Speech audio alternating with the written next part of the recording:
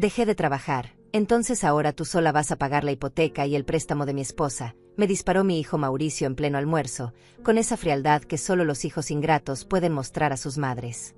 Yo tranquilamente dejé el tenedor a un lado y le dije: está bien, entonces lo haremos así.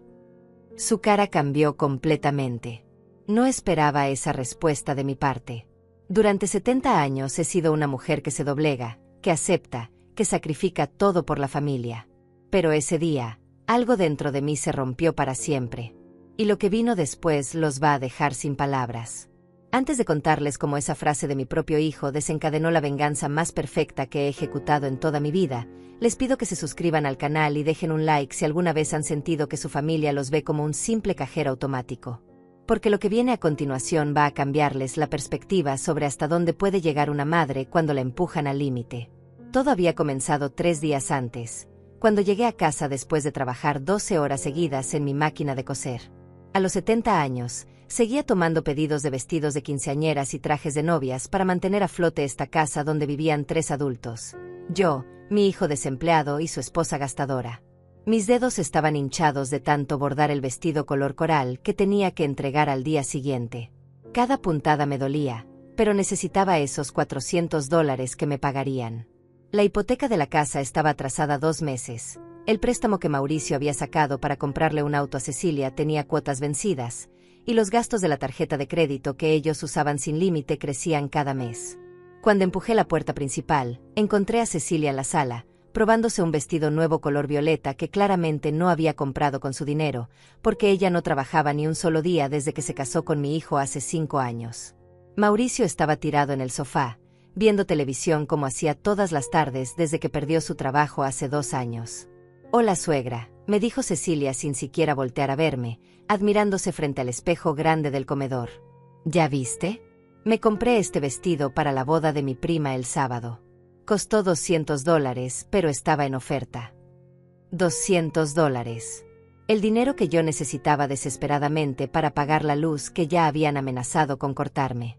Sentí que la sangre se me subía a la cabeza, pero como siempre, me tragué las palabras.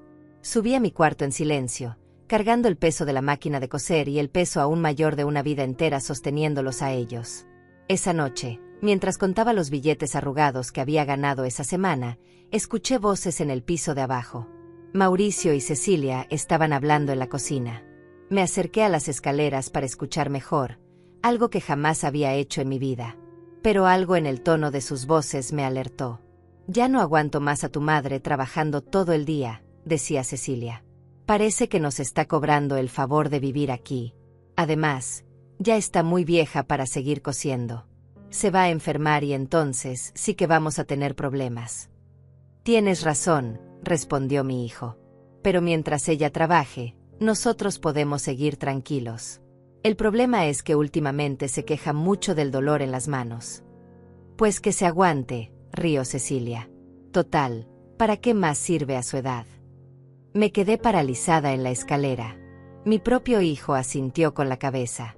Mi propio hijo, al que había criado sola después de que su padre muriera cuando él tenía 15 años. El mismo niño al que le preparaba sus comidas favoritas, al que llevé al médico cada vez que se enfermaba, al que apoyé cuando decidió casarse con esa mujer. «Mañana voy al banco a ver si puedo sacar otro préstamo», continuó Mauricio. «Con el nombre de mi madre es más fácil. Los viejos tienen mejor crédito». «Perfecto», aplaudió Cecilia. «Así podremos renovar la cocina. Ya me cansé de estos muebles tan antiguos». «Otro préstamo. En mi nombre. Sin mi consentimiento. ¿Cuántos más habría sacado ya?». De repente todo comenzó a tener sentido. Las cartas del banco que llegaban y desaparecían misteriosamente. Los gastos que no cuadraban con mi pensión. Las deudas que crecían sin explicación. Regresé a mi cuarto con las piernas temblorosas. Me senté en la cama donde había dormido con mi esposo durante 20 años, donde había llorado su muerte, donde había planeado un futuro que jamás imaginé que sería así.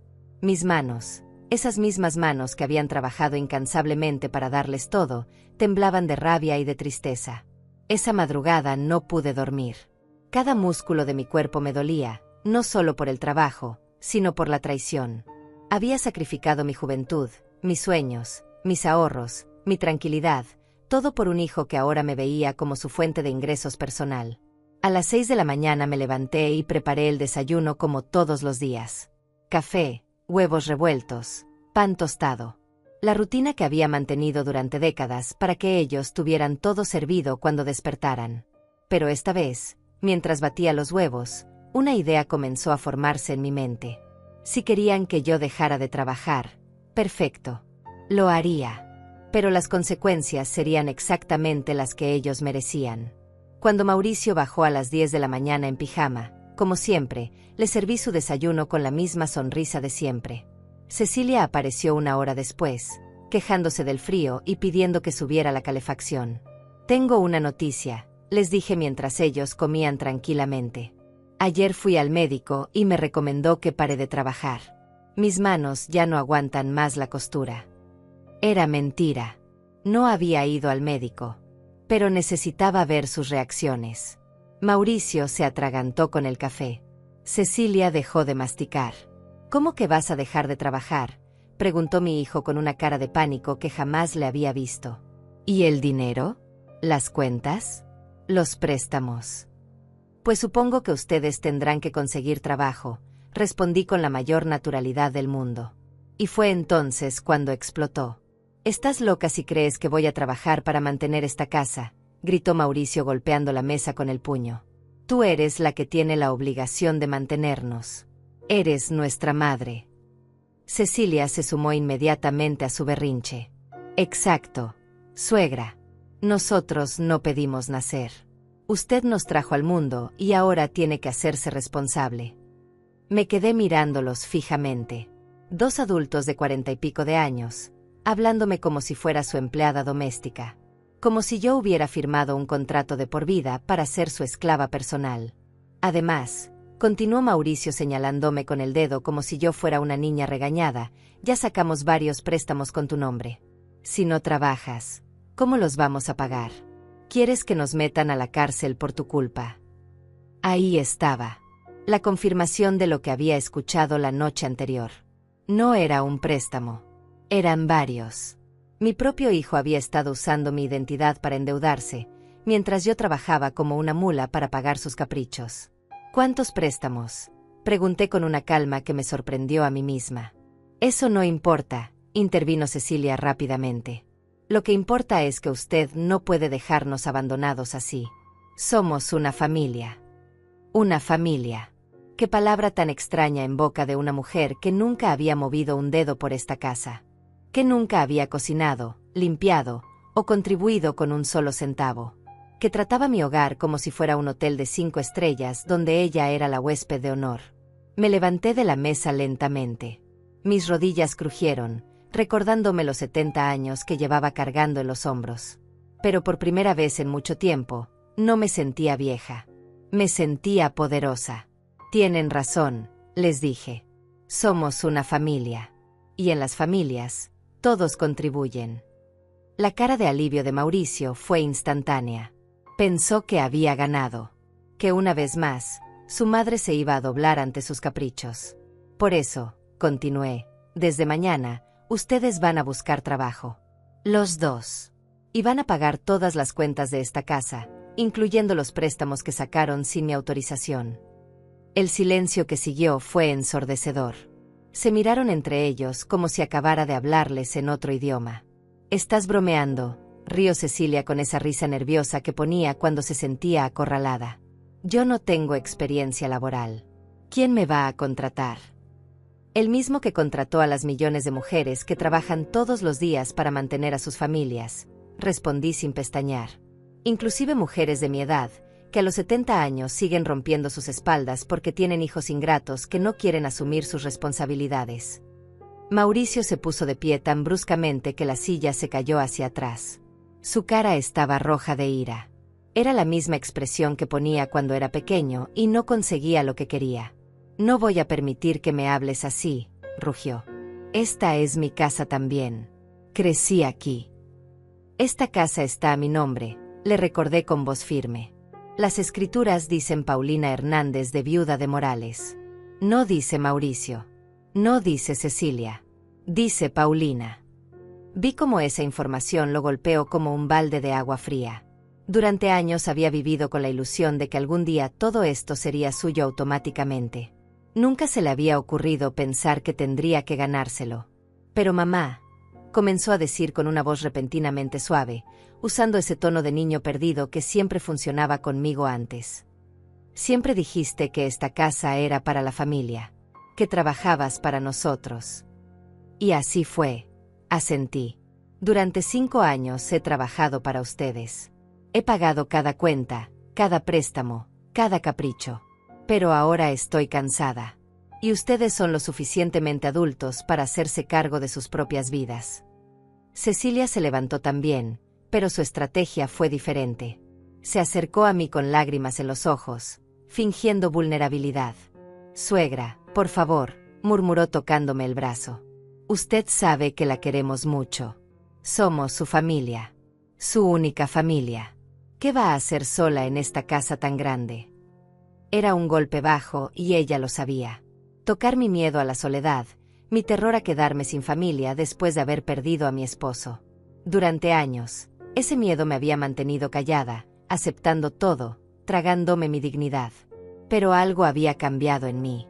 Tal vez era la edad. Tal vez era el cansancio acumulado. O tal vez simplemente había llegado al límite que toda mujer tiene, aunque tarde 60 años en descubrirlo. Prefiero estar sola que mal acompañada, le respondí quitándome suavemente su mano del brazo. Y ustedes dos han sido muy mala compañía. La máscara de dulzura se le cayó inmediatamente. Su verdadera cara, la que yo había visto durante años pero había decidido ignorar, apareció con toda su crueldad. Está bien, vieja, me gritó.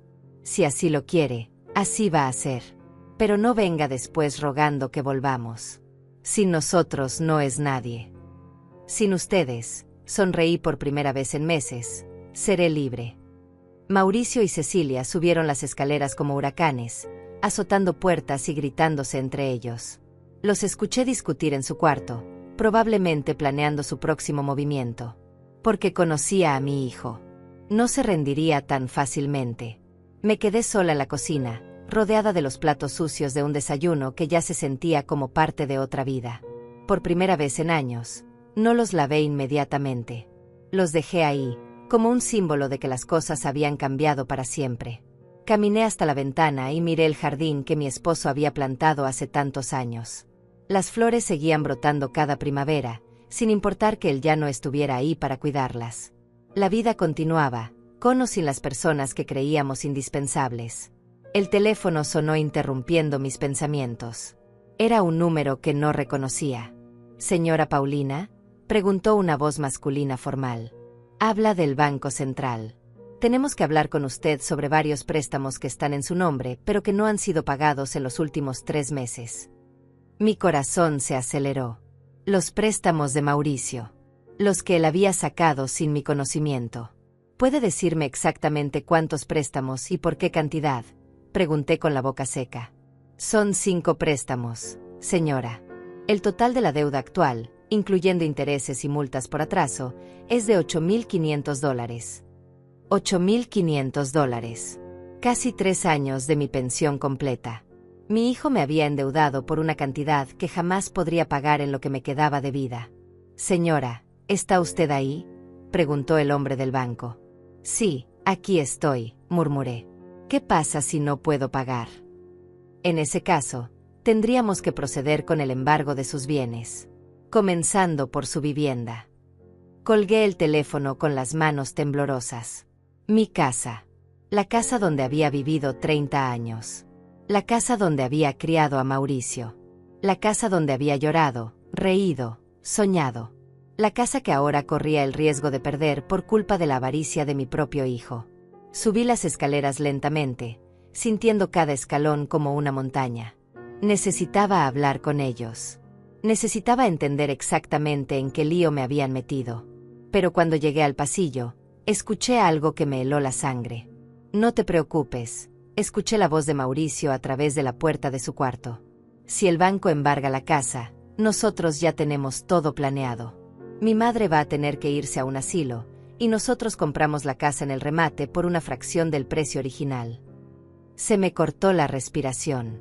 Mi propio hijo estaba planeando que yo perdiera mi casa para el poder quedársela barata. Como si fuera una transacción comercial cualquiera. Como si yo fuera solo un obstáculo que había que remover. ¿Y si ella se niega a irse al asilo?, preguntó Cecilia con esa voz calculadora que usaba cuando estaba tramando algo. La vamos a convencer, rió Mauricio. Una mujer de 70 años, sola, sin dinero, sin casa. ¿Qué opciones va a tener? Además, ya hablé con mi prima Naila. Ella conoce a alguien que trabaja en servicios sociales. Pueden declararla incapaz de cuidarse sola. Incapaz. Mi propio hijo quería declararme incapaz. Yo, que había manejado las finanzas de esta casa durante 30 años. Yo, que había criado a un hijo sola mientras trabajaba 12 horas diarias. Yo, que había mantenido esta familia a flote cuando todos se habían dado por vencidos. Brillante, aplaudió Cecilia. ¿Y los préstamos? No van a seguir a nuestro nombre. Los préstamos son de ella, no nuestros, respondió Mauricio con una frialdad que me partió el alma. Cuando ella ya no tenga bienes que embargar, el banco tendrá que condonar la deuda. Nosotros salimos limpios y con casa nueva. Me alejé de la puerta como si fuera veneno.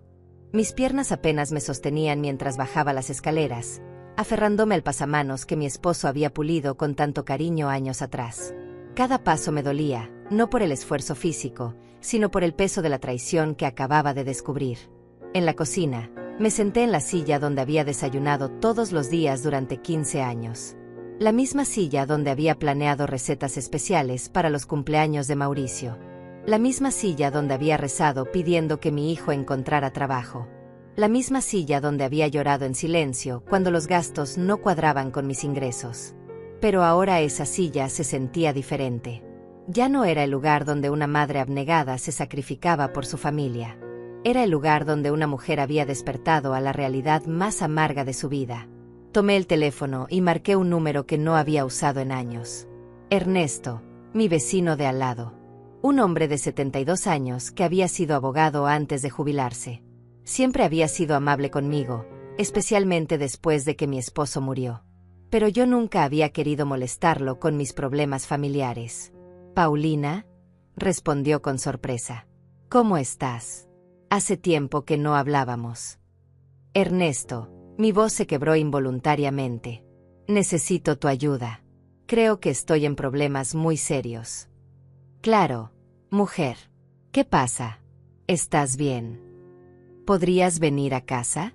No puedo hablar por teléfono. Es sobre mi hijo». Hubo una pausa. Ernesto conocía a Mauricio desde pequeño. Había visto crecer a ese niño que ahora se había convertido en mi peor pesadilla. «Voy para allá en 10 minutos», me dijo sin hacer más preguntas. Esos 10 minutos se sintieron como 10 horas. Me quedé sentada en la cocina, mirando las tazas de café vacías que Mauricio y Cecilia habían dejado sobre la mesa después de su berrinche matutino. Como siempre, esperaban que yo las lavara. Como siempre, esperaban que yo limpiara el desastre que ellos hacían.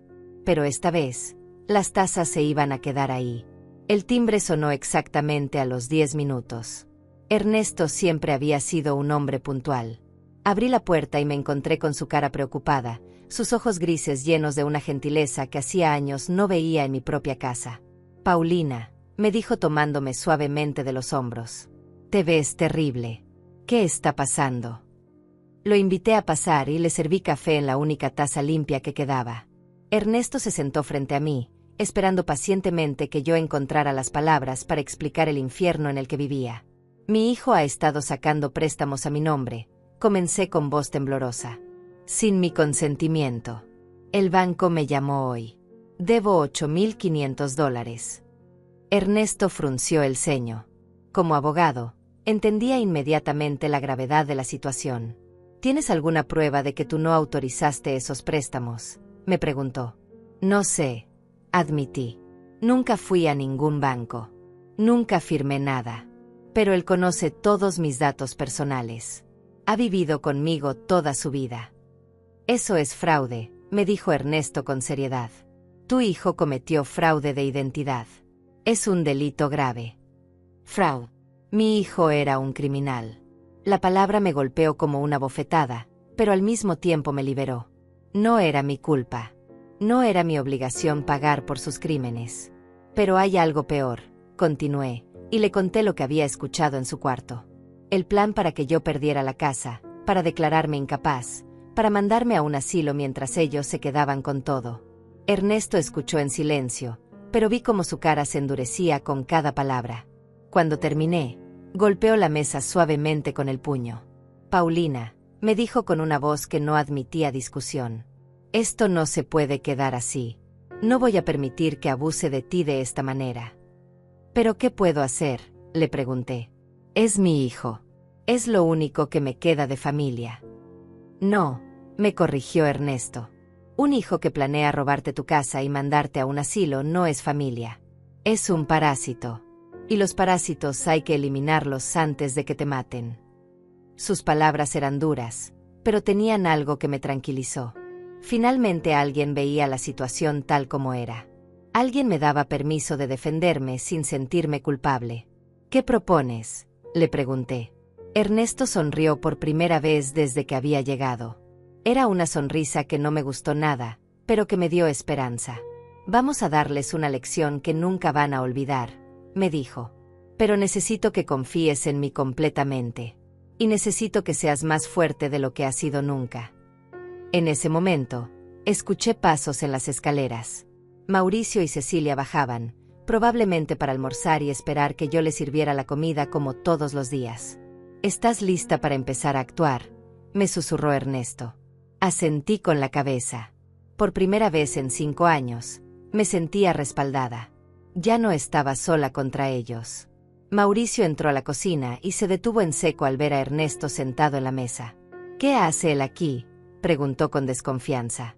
Ernesto es mi abogado, respondí con una calma que me sorprendió. Vino a asesorarme sobre los préstamos que sacaste a mi nombre sin mi autorización. La cara de Mauricio se puso pálida instantáneamente. Cecilia apareció detrás de él, y al escuchar mis palabras, se quedó petrificada en la entrada de la cocina. Abogado, balbuceó Mauricio. Mamá, no necesitas abogados. Somos familia. Podemos resolver esto entre nosotros. Al contrario, intervino Ernesto con voz profesional. Cuando alguien comete fraude de identidad, la familia es lo último que importa. Lo que importa es la ley. Fraude, gritó Cecilia. Mauricio no cometió ningún fraude. Él es su hijo. Tiene derecho. Ernesto la miró con esa expresión fría que seguramente había usado durante años en los tribunales. Señora, nadie tiene derecho a firmar préstamos con la identidad de otra persona, sin importar el parentesco. Eso se llama usurpación de identidad y está penado con prisión. Prisión. La palabra flotó en el aire como una bomba a punto de explotar.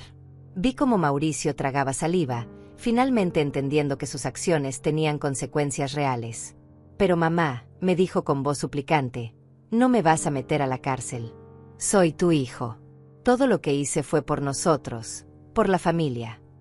Todo lo que hiciste, le respondí levantándome lentamente, fue robarme. Y los ladrones van a la cárcel, sin importar cómo se apelliden. No puedes hacernos esto, gritó Cecilia con una desesperación que jamás había mostrado antes.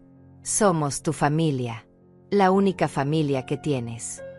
Ernesto se puso de pie con la autoridad de alguien que había pasado 40 años defendiendo casos en los tribunales. Su presencia llenaba la cocina de una energía que mis propios familiares nunca habían respetado. Señora Cecilia, le dijo con voz firme, le sugiero que baje la voz. Estamos hablando de delitos federales. Cada palabra que digan puede ser usada en su contra si esto llega a juicio. Juicio, murmuró Mauricio, y por primera vez en años vi miedo real en sus ojos. Mamá, por favor. No puede ser tan grave. Solo eran unos préstamos pequeños. $8.500 no es un préstamo pequeño, intervine. Es más dinero del que he visto junto en toda mi vida. Es el equivalente a 3 años de mi pensión completa. Ernesto abrió su maletín y sacó una carpeta con documentos que había traído de su casa. Durante sus años como abogado, siempre mantenía formularios legales básicos en caso de emergencias. Paulina me ha autorizado a representarla legalmente, anunció.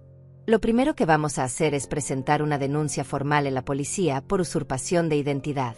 Después vamos a contactar con todos los bancos para reportar el fraude. Esperen, gritó Mauricio levantando las manos como si pudiera detener la realidad. Podemos arreglar esto. Yo voy a buscar trabajo. Voy a pagar todo. ¿Con qué dinero?, preguntó Ernesto sin piedad. Llevas 2 años sin trabajar. No tienes ingresos, no tienes ahorros, no tienes propiedades a tu nombre. Exactamente cómo planeas pagar $8.500. Cecilia se acercó a mí con lágrimas que parecían reales por primera vez en 5 años. Suegra, por favor, me suplicó. Si Mauricio va a la cárcel, yo me quedo sola. No tengo a dónde ir. No tengo familia. Usted es todo lo que tengo. Era el mismo chantaje emocional de siempre, pero esta vez no funcionó.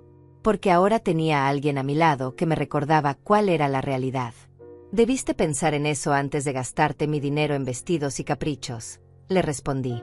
Debiste pensar en eso antes de planear mandarme a un asilo para quedarte con mi casa. Se quedó boquiabierta. No esperaba que yo supiera sobre su conversación. ¿Cómo?, comenzó a preguntar. Escuché todo, le dije. Su plan para que yo perdiera la casa en el embargo. Su plan para declararme incapaz. Su plan para comprar mi propiedad por centavos en un remate judicial. Mauricio se desplomó en una silla, finalmente entendiendo que había perdido. Ya no podía negar nada. Ya no podía manipularme con lágrimas falsas o promesas vacías. Mamá, murmuró, nunca pensé que llegaría tan lejos. Solo quería tener una vida mejor. ¿Una vida mejor a costa de la mía?, le pregunté. Una vida mejor mandándome a un asilo mientras tú vivías en la casa que yo pagué con 40 años de trabajo. Ernesto interrumpió el momento dramático con la frialdad profesional que la situación requería. Tenemos que ir a la comisaría ahora mismo, me dijo. Mientras más tiempo esperemos, más difícil será demostrar el fraude. Los bancos necesitan la denuncia oficial para empezar la investigación. No, gritó Cecilia aferrándose a mi brazo. Por favor. Denos una oportunidad. Podemos cambiar. Ernesto la miró con desprecio. Señora, ustedes han tenido 5 años de oportunidades.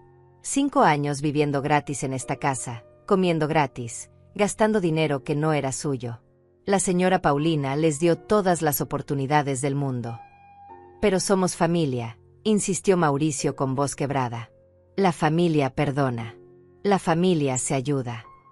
La familia no roba, le respondí con una firmeza que me sorprendió a mí misma. La familia no miente. La familia no planea la destrucción de sus propios miembros. Me dirigí hacia la puerta, seguida por Ernesto. Pero antes de salir, me volteé para mirarlos por última vez como la madre que había sido durante 45 años.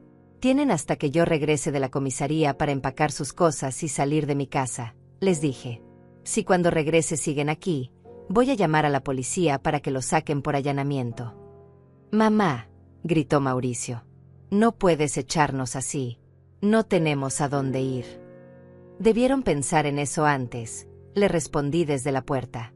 Ahora son adultos. Arréglenselas solos. El camino a la comisaría fue silencioso.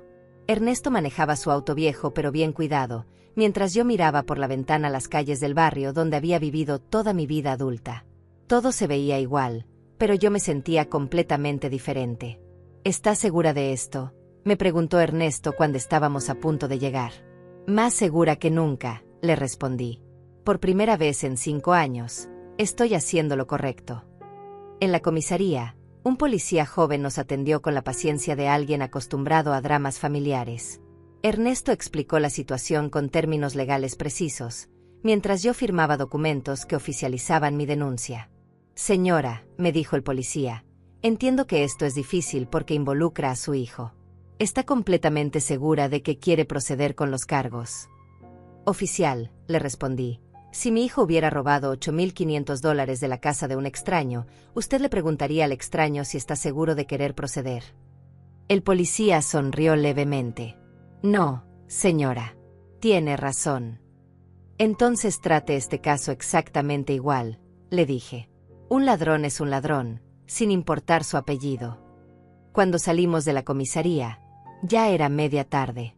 Habíamos estado ahí 3 horas llenando formularios, dando declaraciones y poniendo en marcha la maquinaria legal que cambiaría nuestras vidas para siempre. ¿Quieres que te acompañe a casa?, me preguntó Ernesto. Por favor, le respondí. No sé qué voy a encontrar. El regreso a casa fue tenso. Parte de mí esperaba encontrar la casa vacía, con Mauricio y Cecilia ya empacados y listos para irse. Pero otra parte de mí sabía que no sería tan fácil. Los parásitos no sueltan a su víctima sin una última pelea. Cuando llegamos, vi que el auto de Mauricio seguía en la entrada. Las luces de la casa estaban encendidas, y se escuchaban voces agitadas desde adentro. «Siguen aquí», murmuré. «Era de esperarse», me dijo Ernesto. «Pero ahora las reglas del juego han cambiado. Ya no está sola». Abrí la puerta principal y encontré un espectáculo que jamás había visto en mi casa. Mauricio estaba gritando por teléfono, mientras Cecilia lloraba histéricamente en el sofá. Había ropa tirada por el suelo, platos rotos en la cocina, y un ambiente de caos total. «Naila», gritaba Mauricio al teléfono. «Necesito que me ayudes. Mi madre se volvió loca. Quiere meterme a la cárcel». Naila, su prima, la que supuestamente tenía contactos en servicios sociales para declararme incapaz. Seguramente la estaba llamando para acelerar ese plan diabólico. Ernesto no perdió tiempo. Se acercó directamente a Mauricio y le quitó el teléfono de las manos. «La conversación terminó», le dijo con autoridad. «Y ustedes también». «Devuélveme mi teléfono», gritó Mauricio intentando recuperarlo. «Su teléfono va a ser evidencia», le respondió Ernesto guardando celo en el bolsillo. «Todas las llamadas que hagan desde ahora pueden ser usadas para incriminarlos más». Cecilia se levantó del sofá como una furia. «Ustedes no pueden tratarnos así», me gritó. «Esta también es nuestra casa. Hemos vivido aquí 5 años». 5 años como invitados, le recordé. Invitados que se quedaron más tiempo del debido. «Suegra», me suplicó con un dramatismo exagerado. «Piénselo bien. Sin nosotros se va a quedar completamente sola. Una mujer de su edad. Puede pasarle cualquier cosa». Era el último intento de manipulación. El miedo a la soledad que había sido mi punto débil durante años. Pero esta vez, miré alrededor de mi casa destruida, vi a estas 2 personas que habían convertido mi hogar en un infierno, y sentí algo que no había sentido en mucho tiempo. Paz. «Prefiero estar sola que mal acompañada», les dije con una sonrisa. «Y ustedes han sido la peor compañía que he tenido en mi vida». «Tienes 1 hora para empacar y largarte», les grité con una fuerza que no sabía que tenía. 1 hora. Y si no se van, llamo a la policía por allanamiento de morada. Mauricio me miró como si acabara de convertirme en un monstruo. Durante 45 años había sido la madre sumisa, la que cedía, la que perdonaba todo. Pero esa mujer había muerto en la comisaría, cuando firmé la denuncia por fraude. «Estás cometiendo un error terrible», me gritó. «Cuando te quedes sola y enferma, no vengas a rogar que volvamos». «No te preocupes», le respondí con una calma helada. «Prefiero morirme sola antes que vivir un día más con ustedes». Cecilia se aferró al brazo de Mauricio como si fuera su salvavidas en un naufragio. «Amor, haz algo», le suplicó. «No podemos ir a la calle así. No tenemos dinero. No tenemos a dónde ir». «Debieron pensar en eso antes de robarme», les dije sin una pizca de compasión. 50 minutos, agregué mirando el reloj de la cocina. Ernesto se quedó a mi lado como un guardaespaldas silencioso. Su sola presencia les recordaba que ya no estaban tratando solo conmigo. Ahora había testigos. Ahora había consecuencias legales. Ahora había alguien que me defendía. Mauricio subió las escaleras como un toro furioso, azotando las puertas y maldiciendo en voz alta. Cecilia lo siguió llorando dramáticamente, pero ya sus lágrimas no me conmovían. Había llorado demasiadas veces por ellos como para desperdiciar más compasión. «¿Cómo te sientes?», me preguntó Ernesto mientras escuchábamos el caos en el segundo piso. «Libre», le respondí sin dudar. «Por primera vez en 5 años, me siento libre». Los ruidos de arriba eran ensordecedores. Estaban tirando cosas, arrastrando maletas, gritándose entre ellos.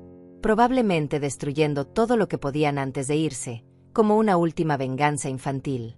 Déjalos, me dijo Ernesto cuando empecé a dirigirme hacia las escaleras. Que rompan lo que quieran. Son solo objetos. Tu dignidad vale más que cualquier cosa material. Tenía razón. Durante años había cuidado cada objeto de esta casa como si fuera un tesoro. Pero ahora entendía que los verdaderos tesoros eran la paz mental, el respeto propio, y la libertad de vivir sin miedo a las manipulaciones de otros. 20 minutos después, comenzaron a bajar con maletas y bolsas. Mauricio cargaba una televisión pequeña que tenía en su cuarto, mientras Cecilia arrastraba 2 maletas enormes llenas de la ropa que había comprado con mi dinero. Nos llevamos lo que es nuestro, me dijo Mauricio desafiante. Llévense lo que quieran, le respondí. Pero sepan que todo lo que se lleven va a ser reportado como parte del robo en la investigación policial. Se detuvo en seco. No había pensado en eso. No puedes reportar nuestra ropa personal, protestó Cecilia. Ropa comprada con dinero robado, le corrigió Ernesto.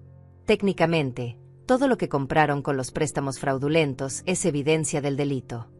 Vi cómo se miraron entre ellos, calculando rápidamente qué convenía llevarse y qué era mejor dejar. La codicia luchando contra el miedo a las consecuencias legales. Finalmente optaron por llevarse solo lo básico, ropa, algunos documentos personales y los teléfonos. Todo lo demás lo dejaron, incluyendo el auto que estaba a mi nombre pero que ellos habían estado usando como si fuera suyo. Las llaves del auto, les dije extendiendo la mano. Es nuestro auto, protestó Mauricio. Está a mi nombre, le recordé. Revisa los papeles si quieres. Ernesto sacó su teléfono. ¿Llamo a la policía para que vengan a mediar?, preguntó. Mauricio me tiró las llaves con tanta fuerza que rebotaron en el suelo. Esto no se va a quedar así, me gritó desde la puerta. Vas a pagar por lo que nos estás haciendo. Ya pagué, le respondí. Pagué durante 5 años. Ahora les toca pagar a ustedes. Cecilia se volvió hacia mí con una última súplica desesperada. Suegra, por favor, reconsidérelo. Somos su familia, la única familia que tiene. La familia no se roba entre sí, le dije por última vez. Y ustedes nunca fueron mi familia. Fueron mis inquilinos. Inquilinos que nunca pagaron renta. Cerraron la puerta con un golpe que hizo temblar toda la casa. A través de la ventana los vi subirse a un taxi que habían llamado, cargando sus maletas como refugiados de su propia avaricia. Cuando el taxi desapareció en la esquina, me quedé parada en la sala, rodeada del silencio más hermoso que había escuchado en años. Era un silencio sin gritos, sin exigencias, sin manipulaciones. Era el silencio de la libertad. ¿Cómo te sientes ahora?, me preguntó Ernesto. Me senté en mi sofá favorito, el que durante 5 años había sido territorio de Cecilia mientras ella veía televisión todo el día. Como si hubiera recuperado mi casa, le dije. Como si hubiera recuperado mi vida. Ernesto se sentó frente a mí con una expresión seria. Paulina, esto apenas comienza, me advirtió. Van a intentar volver. Van a buscar la manera de manipularte. Y cuando el caso legal avance, van a presionarte para que retires los cargos. No voy a retirar nada, le dije con determinación. Que enfrenten las consecuencias de sus actos. También van a intentar vengarse, continuó. Van a hablar mal de ti con otros familiares. Van a inventar historias para hacerte quedar como la villana. Me encogí de hombros. Durante años había vivido preocupada por lo que otros pensaran de mí. Pero ahora entendía que la opinión de la gente que no conocía mi realidad simplemente no importaba. Que digan lo que quieran, le respondí. Yo sé la verdad. Y tú también. Ernesto sonrió con aprobación. Esa es la actitud correcta, me dijo. Pero necesitas estar preparada para lo que viene. Los próximos meses van a ser difíciles. Caminé hasta la ventana y miré el jardín que mi esposo había plantado. Las flores seguían ahí, creciendo sin pedir permiso a nadie, floreciendo sin importar las tormentas que hubieran pasado. Ernesto, le dije sin voltearme. Durante 5 años viví en mi propia casa sintiéndome como una intrusa. Trabajé hasta quebrarme las manos para mantener a 2 adultos que me trataban como su empleada personal. Acepté humillaciones, robos y faltas de respeto porque tenía miedo de quedarme sola. Me volteé para mirarlo. Pero ahora estoy sola, y no tengo miedo. Estoy sola y me siento más acompañada que nunca. El teléfono sonó interrumpiendo el momento. Era un número desconocido. «Señora Paulina», preguntó una voz femenina que no reconocí. «Habla Naila, la prima de Mauricio. Necesito hablar con usted urgentemente». Naila, la prima que supuestamente tenía contactos en servicios sociales. La que iba a ayudar a declararme incapaz. Seguramente Mauricio la había llamado para que intentara convencerme de retirar los cargos. «No tengo nada que hablar con usted», le respondí. «Señora, por favor», insistió. «Lo que está haciendo está mal. Mauricio es su hijo. No puede mandarlo a la cárcel por unos préstamos familiares». «Los préstamos familiares se piden con permiso», le dije. «Lo que hizo Mauricio se llama fraude. Y los delincuentes van a la cárcel». «Pero señora, piénselo bien», continuó Naila con un tono manipulador. «Una mujer de su edad, sola en esa casa tan grande. Puede pasarle cualquier cosa. Puede enfermarse, puede caerse, puede tener un accidente. ¿Quién la va a cuidar?». Era la misma manipulación emocional de siempre. El miedo a la vejez, a la enfermedad, a la soledad. Los mismos argumentos que habían funcionado durante años para mantenerme callada. «Naila», le dije con una voz que me sorprendió por su firmeza. «Si mi hijo hubiera querido cuidarme en mi vejez, habría empezado por no robarme. Los ladrones no cuidan a nadie. Solo se cuidan a sí mismos». «Pero es que ustedes no entienden», gritó perdiendo la compostura. «Mauricio está desesperado. No tiene trabajo. No tiene dinero. Va a terminar en la calle». «Debió pensar en eso antes de convertirse en un criminal», le respondí. «Usted es una madre desnaturalizada», me gritó finalmente mostrando su verdadera cara. «¿Qué clase de madre manda a su propio hijo a la cárcel?». «Una madre que se respeta a sí misma», le dije, y colgué el teléfono. Ernesto había escuchado toda la conversación con una sonrisa de orgullo. «Muy bien manejado», me felicitó. «Ya están empezando la campaña de presión psicológica». «¿Y va a empeorar?», le pregunté. «Mucho», me advirtió. «Pero tú ya demostraste que puedes con todo». El teléfono no dejó de sonar durante toda la noche. Números desconocidos, llamadas silenciosas, mensajes de voz llenos de insultos o súplicas dramáticas. Mauricio había puesto en marcha toda su red de conocidos para presionarme a retirar los cargos. «Señora Paulina», decía una voz masculina en uno de los mensajes, «soy Jorge, amigo de Mauricio. Lo que está haciendo está muy mal. Un hijo puede cometer errores, pero usted como madre tiene que perdonar». Borré el mensaje sin terminarlo de escuchar. Durante años había escuchado las mismas palabras: tienes que perdonar, tienes que entender, tienes que sacrificarte. Como si ser madre significara ser tonta. Como si el amor maternal fuera sinónimo de masoquismo. A las 2 de la madrugada, alguien tocó mi puerta con golpes insistentes. Me asomé por la ventana y vi a Cecilia parada bajo la luz del porche, empapada por la lluvia que había comenzado a caer. «Suegra», gritaba hacia la ventana. «Por favor, abra la puerta. Necesito hablar con usted». No abrí. En lugar de eso, llamé a Ernesto. «Cecilia está en mi puerta», le susurré al teléfono. «Está gritando y no se va». «No abras bajo ninguna circunstancia», me advirtió. «Si sigue molestando, llama a la policía. Ahora cualquier contacto que tengan contigo puede ser considerado intimidación de testigos». Cecilia siguió golpeando y gritando durante 20 minutos más. Lloraba, suplicaba, me insultaba, amenazaba con matarse si no abría la puerta. El drama completo de una persona acostumbrada a conseguir todo con manipulación emocional. Finalmente se fue cuando comenzaron a encenderse las luces en las casas vecinas. No quería que la vieran haciendo el ridículo en público. Al día siguiente, Ernesto llegó temprano con café y pan dulce para desayunar. «¿Cómo pasaste la noche?», me preguntó viendo mis ojeras. «Sobreviví», le respondí. «Pero creo que esto apenas está empezando». «Por eso vine tan temprano», me dijo. Tenemos que ir al banco a reportar oficialmente el fraude. Con la denuncia policial ya podemos empezar el proceso para anular los préstamos. Mientras nos preparábamos para salir, el teléfono sonó otra vez. Esta vez era un número que sí reconocí, mi hermana Rosaura, que vivía en otra ciudad y a quien no había visto en 2 años. Paulina, me dijo con voz preocupada, Mauricio me llamó llorando. Me contó que lo echaste de la casa y que lo vas a meter a la cárcel. ¿Qué está pasando?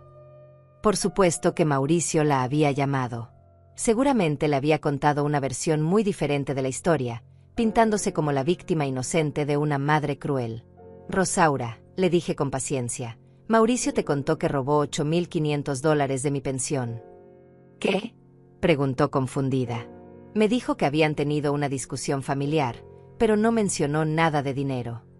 Te contó que sacó 5 préstamos a mi nombre sin mi autorización. Silencio del otro lado de la línea. Te contó que planeaba que yo perdiera la casa para el comprarla barata en un remate.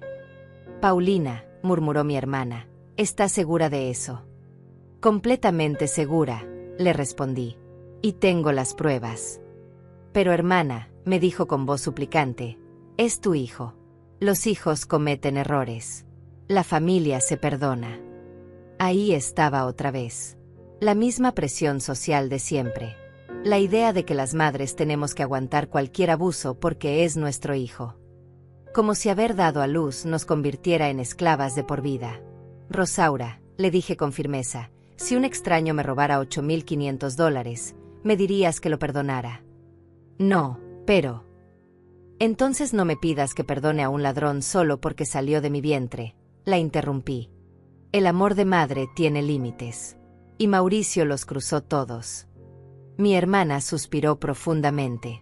¿Qué vas a hacer entonces? Lo que debí hacer hace 5 años, le respondí. Defenderme. Después de colgar, Ernesto y yo nos dirigimos al banco. El gerente nos recibió con la seriedad que el caso ameritaba. Cuando vio la denuncia policial y escuchó los detalles del fraude, su expresión se endureció. Señora Paulina, me dijo, lamento mucho que haya pasado por esto. El fraude de identidad familiar es más común de lo que la gente piensa, pero no por eso es menos grave. Revisó mi historial crediticio en la computadora y su cara se puso cada vez más seria. Aquí están los 5 préstamos, me explicó mostrándome la pantalla. Todos fueron solicitados en línea, con sus datos personales, pero desde direcciones IP diferentes. Claramente no fueron hechos por usted. ¿Qué significa eso?, pregunté. Que tenemos evidencia técnica del fraude, intervino Ernesto. Los registros electrónicos van a demostrar que usted no hizo esas solicitudes. El gerente asintió. Vamos a proceder inmediatamente a anular estos préstamos y a transferir la deuda al nombre de la persona que realmente lo solicitó. También vamos a reportar el caso a las autoridades financieras para que Mauricio no pueda volver a usar su identidad.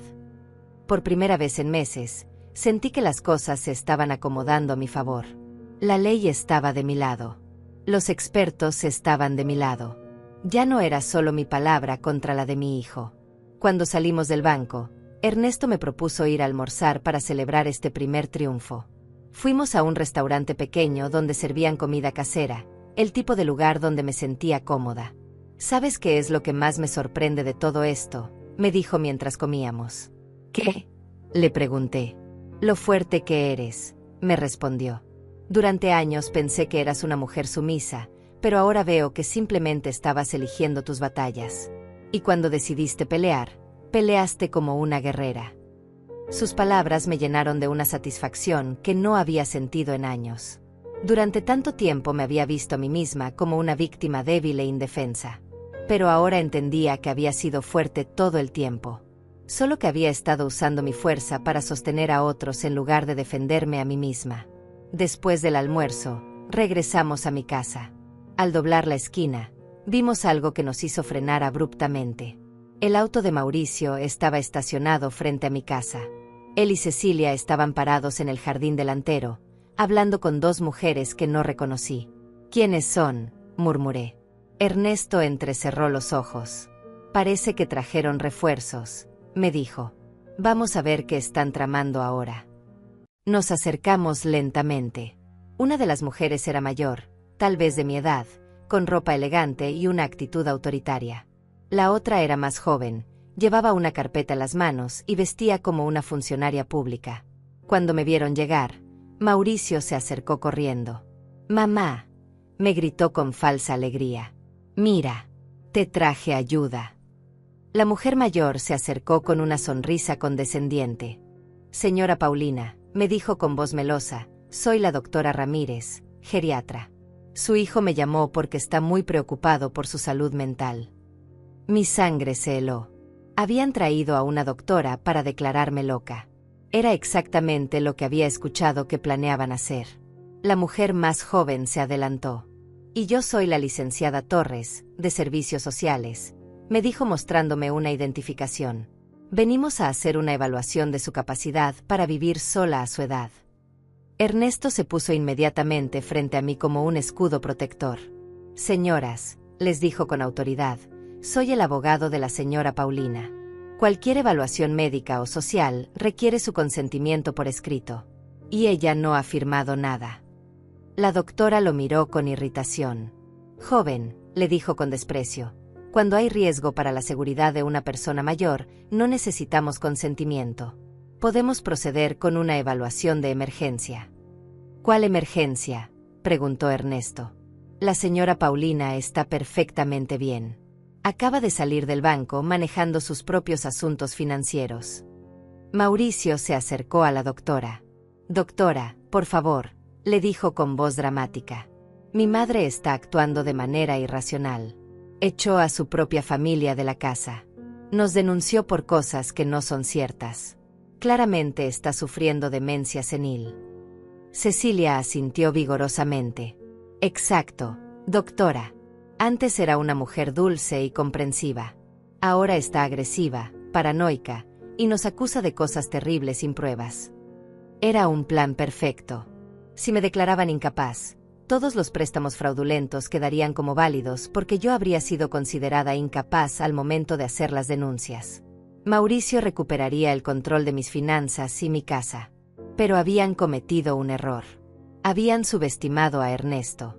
«Doctora Ramírez», le dijo con una sonrisa fría, «antes de proceder con cualquier evaluación, me gustaría ver su licencia médica y la orden judicial que autoriza esta intervención». La doctora Ramírez se puso visiblemente nerviosa cuando Ernesto le pidió sus credenciales. Comenzó a buscar en su bolso con manos temblorosas, mientras la licenciada Torres miraba a Mauricio con una expresión de «esto no era parte del plan». «Por supuesto que tengo mi licencia», murmuró la doctora, «pero no la cargo siempre conmigo». «Qué extraño», comentó Ernesto con sarcasmo. «Un médico haciendo evaluaciones domiciliarias sin su identificación profesional. Y usted, licenciada Torres», se dirigió a la otra mujer, «¿puede mostrarme la orden judicial que autoriza esta evaluación forzosa?». La licenciada Torres se puso pálida. «Bueno, es que el hijo nos llamó reportando una emergencia familiar», balbuceó. «¿Una emergencia?», preguntó Ernesto alzando la voz. «¿Cuál emergencia? La señora Paulina está perfectamente bien, manejando sus propios asuntos, tomando decisiones racionales sobre su vida y su propiedad». Mauricio intervino desesperadamente. «La emergencia es que echó a su familia de la casa», gritó. «Eso no es normal. Una madre no hace eso». «Una madre sí hace eso», le respondí con voz firme, «cuando descubre que sus hijos la están robando». La doctora Ramírez me miró con condescendencia. «Señora Paulina», me dijo con tono paternalista, «entiendo que puede haber malentendidos familiares, pero a su edad es normal que se confunda con los números, con las fechas, con las responsabilidades económicas». «No estoy confundida», la interrumpí. «Tengo 70 años. No soy idiota. Y sé perfectamente que mi hijo robó $8.500 de mi pensión». Ernesto sacó su teléfono. «Señora doctora», le dijo, «si realmente es médico colegiado, no le importará que verifique su licencia con el colegio médico, ¿verdad?». La mujer retrocedió inmediatamente. «No, no es necesario», murmuró. «Creo que hubo un malentendido. Tal vez deberíamos reagendar esta evaluación para otro momento». «No habrá otro momento», declaró Ernesto. «Y si vuelven a molestar a la señora Paulina sin orden judicial, Los voy a denunciar por ejercicio ilegal de la medicina y usurpación de funciones públicas. Las dos mujeres se miraron entre ellas, claramente calculando si valía la pena seguir con la farsa. Mauricio las presionaba con la mirada, pero ellas ya habían entendido que el plan había fracasado. «Creo que mejor nos vamos», dijo la licenciada Torres dirigiéndose hacia un auto estacionado más adelante. «Esperen», gritó Cecilia. «Ustedes vinieron a ayudarnos. No pueden irse así». Pero las dos mujeres ya caminaban rápidamente hacia su vehículo, claramente queriendo escapar de una situación que se había salido de control. Cuando se fueron, Mauricio se quedó parado en mi jardín con una expresión de derrota absoluta. Su gran plan para declararme incapaz había fallado estrepitosamente. «Mauricio», le dije con una calma que me sorprendió, «es la última vez que pones un pie en mi propiedad. La próxima vez que vengas sin autorización, llamo a la policía por allanamiento». «Mamá», me suplicó con lágrimas reales por primera vez en años. «Por favor. Estamos durmiendo en el auto. No tenemos dinero para un hotel. No tenemos a dónde ir». «Debieron pensar en eso antes de robarme», le respondí sin una pizca de compasión. Cecilia se acercó arrastrando los pies, con una humildad que jamás había mostrado antes. «Suegra», murmuró, «entiendo que esté enojada. Entiendo que hayamos cometido errores. Pero por favor, denos una última oportunidad. Podemos cambiar». «Errores», repetí incrédula. ¿Robar $8.500 es un error? ¿Planear mandarme a un asilo es un error? ¿Traer doctores falsos para declararme loca es un error?» «No eran doctores falsos», protestó Mauricio. «Era solo para que alguien te evaluara, para que vieras que estás actuando irracionalmente». Ernesto se rió con desdén. «Mauricio, esa mujer no era doctora. Era una actriz barata que tu prima Naila contrató para fingir ser médico. Y la otra tampoco era de servicios sociales. Eran estafadoras, igual que tú». La cara de Mauricio se descompuso completamente. Su último plan había sido descubierto, y ahora hasta él se daba cuenta de lo patético que había llegado a ser. «¿Sabes qué es lo más triste de todo esto?», le dije mirándolo directamente a los ojos. «No es que me hayas robado. No es que hayas mentido. Lo más triste es que prefieres destruir a tu propia madre antes que conseguir un trabajo». «No es tan fácil conseguir trabajo a mi edad», me gritó con desesperación. «Yo conseguí trabajo a los 70 años», le recordé, «cosiendo 12 horas diarias para mantenerlos a ustedes. Pero claro, eso requiere dignidad. Y la dignidad no se puede comprar con dinero robado». Cecilia comenzó a llorar de nuevo, pero ya sus lágrimas me parecían tan falsas como todo lo demás en ella. «Suegra, por favor», me suplicó. «Solo necesitamos unos días para encontrar un lugar. Después no la molestamos más». «No», le respondí categóricamente. Se acabaron los unos días más. Se acabaron las segundas oportunidades. Se acabó todo. Ernesto se acercó a ellos con autoridad. «Ya escucharon», les dijo. «Retírense inmediatamente o llamo a la policía». Mauricio me miró con una mezcla de odio y desesperación que jamás había visto en su cara. «Esto no se va a quedar así», me amenazó. «Vas a pagar por lo que nos estás haciendo». «Ya pagué», le respondí tranquilamente. «Pagué durante 5 años. Ahora les toca pagar a ustedes». Se fueron caminando hacia su auto viejo, cargando las pocas pertenencias que habían logrado sacar de mi casa. Los vi alejarse por el espejo retrovisor del auto de Ernesto, dos figuras derrotadas que finalmente enfrentaban las consecuencias de sus actos. «¿Cómo te sientes?», me preguntó Ernesto cuando entramos a la casa. «Cansada», admití. «Pero también aliviada. Cada vez que los enfrento, se vuelve más fácil». Nos sentamos en la sala, en el mismo lugar donde todo había comenzado con aquella frase explosiva durante el almuerzo. Pero ahora la sala se sentía diferente.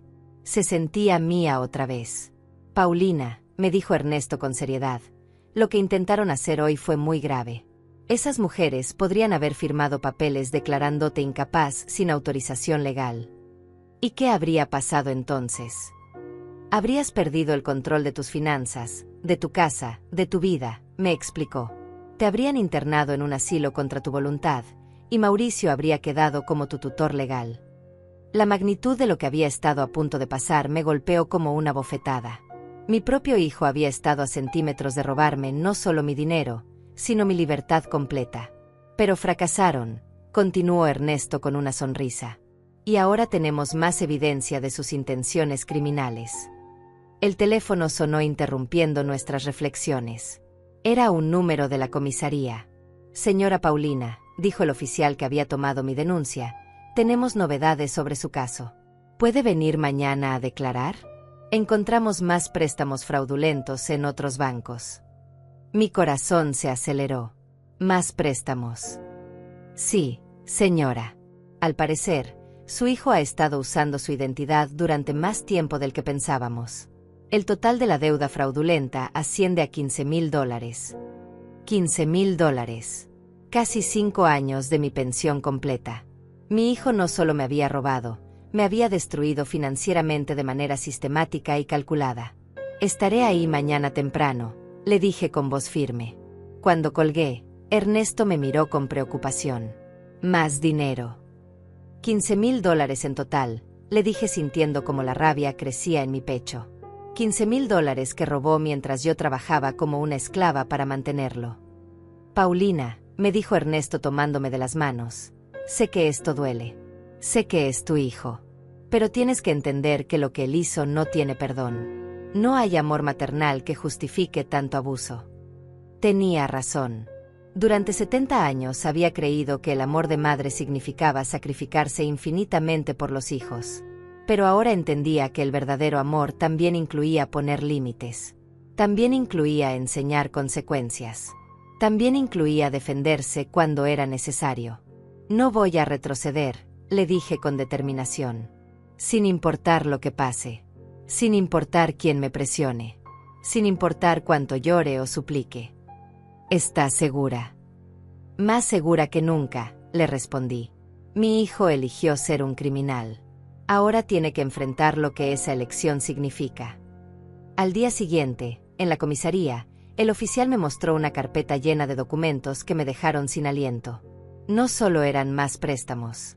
También había tarjetas de crédito a mi nombre, cuentas bancarias que jamás había autorizado, y hasta un préstamo hipotecario que Mauricio había intentado sacar contra mi casa.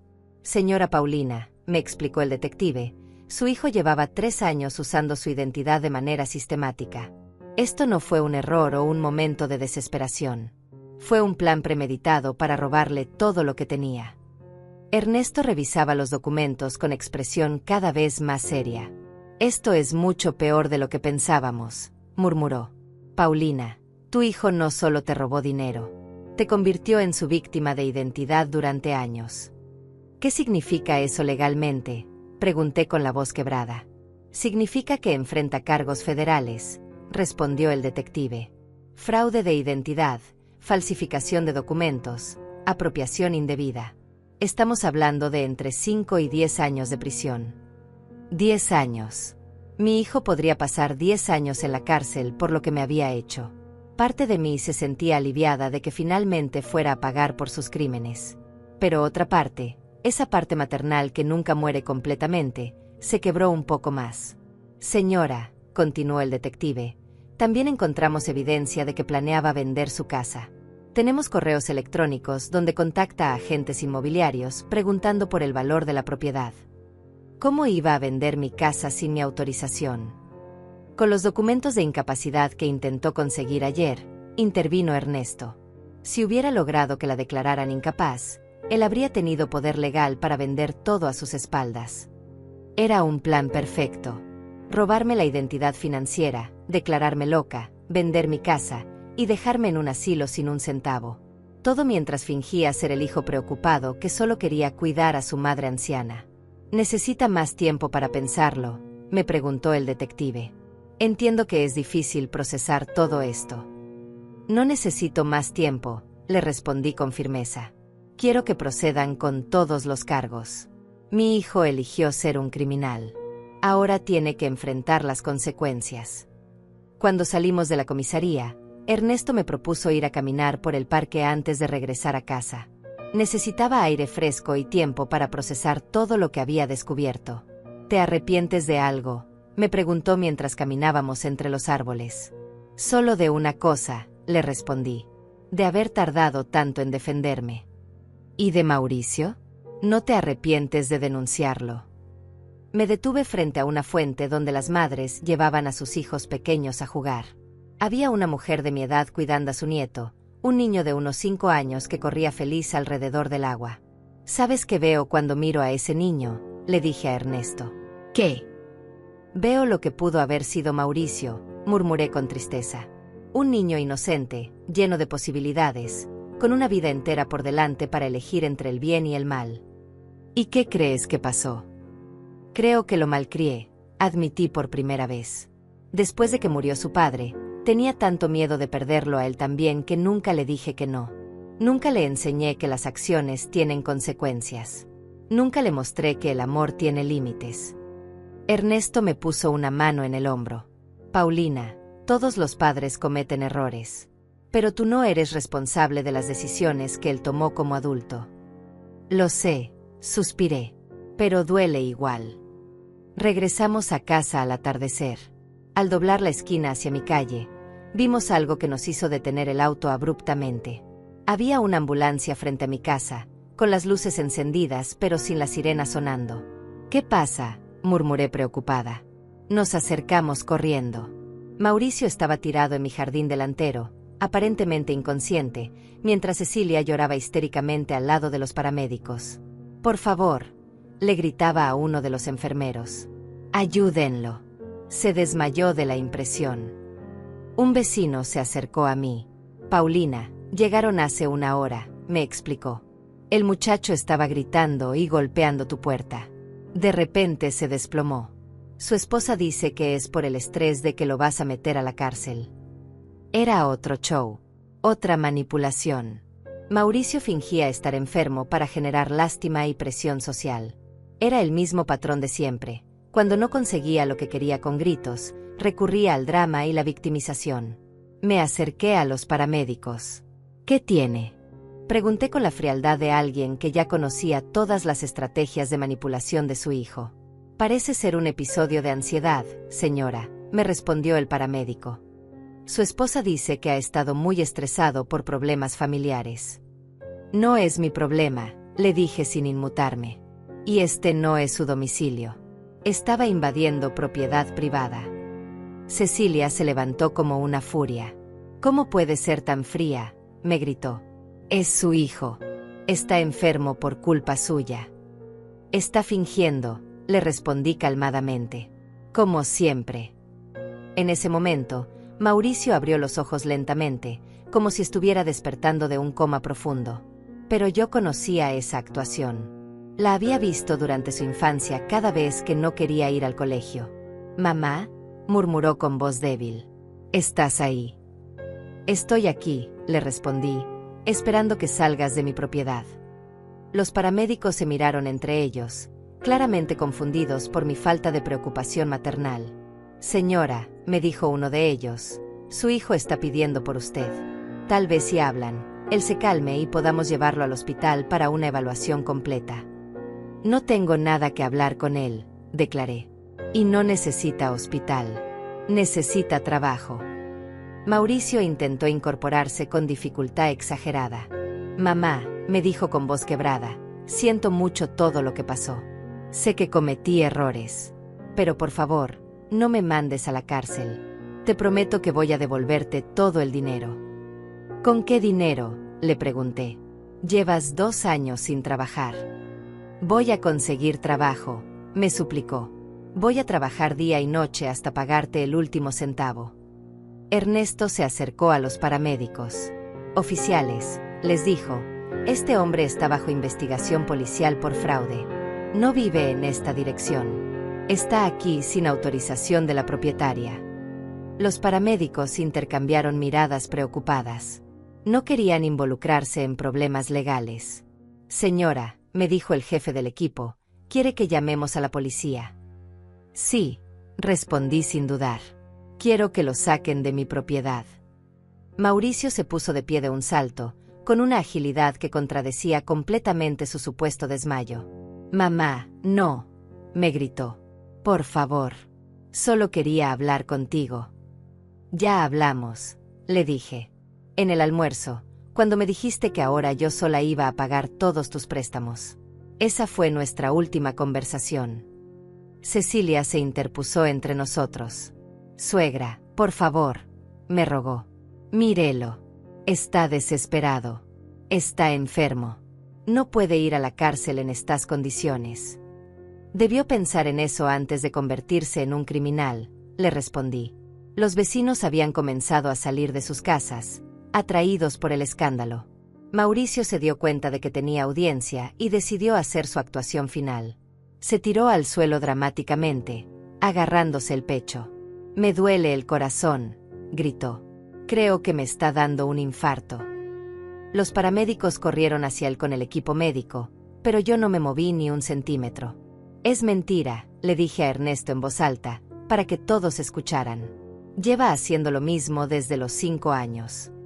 «¿Cómo puede estar tan segura?», me preguntó una vecina que había salido a mirar. «Porque lo conozco», le respondí. «Y porque los infartos reales no se anuncian gritando».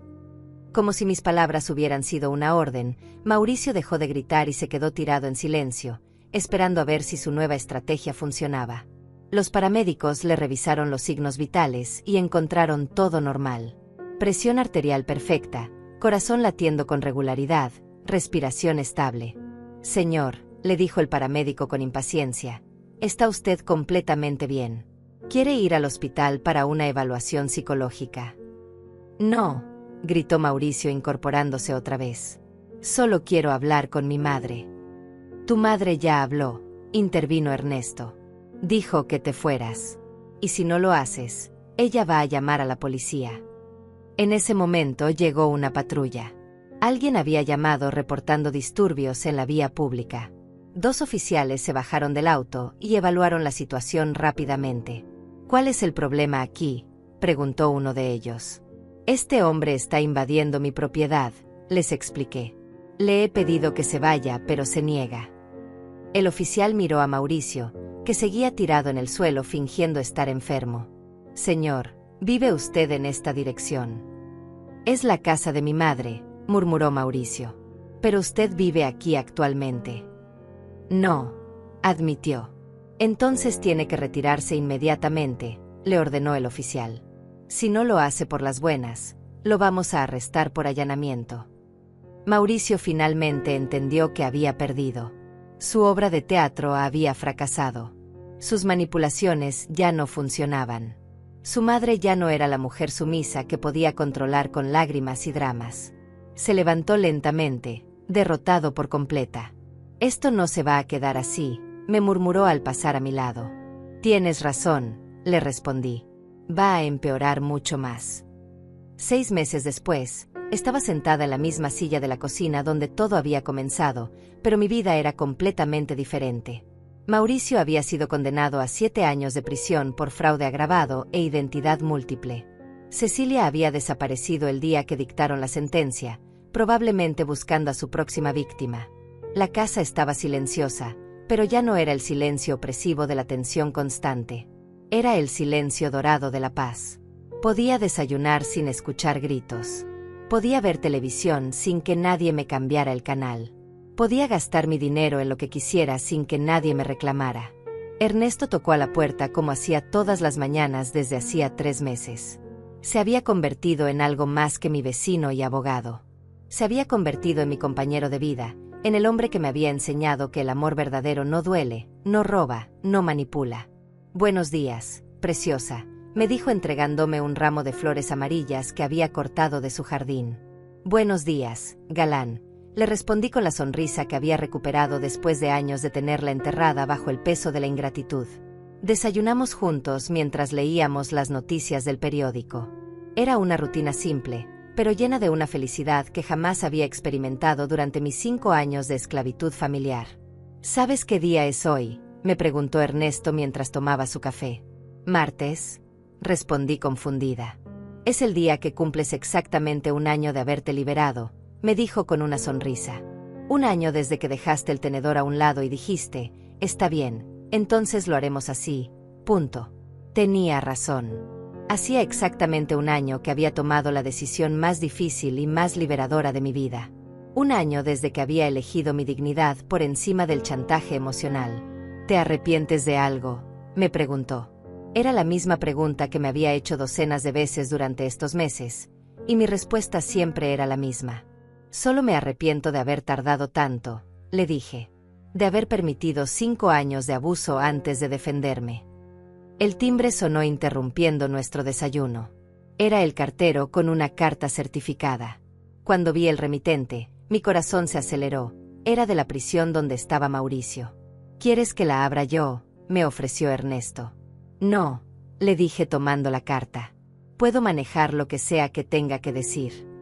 La abrí con manos firmes. Era una carta manuscrita de mi hijo, la primera comunicación que intentaba tener conmigo desde su condena. Querida mamá, comenzaba la carta, espero que estés bien. He tenido mucho tiempo para pensar sobre lo que pasó entre nosotros, y quería escribirte para pedirte perdón. Continué leyendo en voz alta para que Ernesto pudiera escuchar. Sé que cometí errores terribles. Sé que te robé, que te mentí, que te traté mal. Pero quiero que sepas que nunca fue personal. Solo estaba desesperado y tomé decisiones estúpidas. Me detuve en esa frase. Nunca fue personal. Como si robar a tu propia madre fuera algo abstracto, algo que no tenía víctima real. En la cárcel he conocido a otros hombres que están aquí por problemas con sus familias, continuaba la carta. Muchos de ellos me han dicho que sus madres los perdonaron y los siguen visitando. Que las madres verdaderas nunca abandonan a sus hijos. Ahí estaba. El mismo chantaje emocional de siempre. La manipulación disfrazada de súplica. La insinuación de que yo no era una madre verdadera porque no aceptaba su abuso. He estado yendo a terapia aquí en la prisión, seguía la carta. El psicólogo me ha ayudado a entender que tengo problemas con el manejo del dinero y la responsabilidad. Pero también me ha dicho que parte del problema fue que nunca tuve límites claros en casa. Y ahí estaba la culpa. Según él, yo tenía la culpa de sus crímenes porque no le había puesto límites. Como si fuera responsabilidad mía convertirlo en un adulto funcional después de los 25 años. Mamá, te escribo para pedirte que vengas a visitarme. Sé que estás enojada, y tienes derecho a estarlo. Pero soy tu hijo. Soy la única familia que te queda. Y tú eres la única familia que me queda a mí. La carta terminaba con una súplica. Por favor, no me abandones. Los visitantes pueden venir los domingos de 2 a 4 de la tarde. Te prometo que si vienes, vas a ver que he cambiado. Te prometo que puedo ser el hijo que siempre quisiste tener. Dejé la carta sobre la mesa y miré a Ernesto. ¿Qué opinas?, le pregunté. Opino que es la misma manipulación de siempre, me respondió sin dudar. Disfrazada de arrepentimiento, pero manipulación al fin. ¿Tú crees que debería ir a visitarlo? Ernesto me tomó de las manos. Paulina, me dijo con ternura, esa decisión solo la puedes tomar tú. Pero antes de decidir, quiero que te hagas una pregunta. ¿Ir a visitarlo te va a traer paz o te va a traer más dolor? Era una buena pregunta. Cerré los ojos e imaginé el escenario. Yo sentada en una sala fría de la prisión, frente a mi hijo vestido con uniforme naranja, escuchando sus promesas de cambio, sus explicaciones, sus justificaciones, sus súplicas. ¿Me sentiría bien después de esa visita? ¿O saldría de ahí con el corazón roto otra vez, llena de dudas, cuestionando si había hecho lo correcto al denunciarlo? No voy a ir, decidí en voz alta.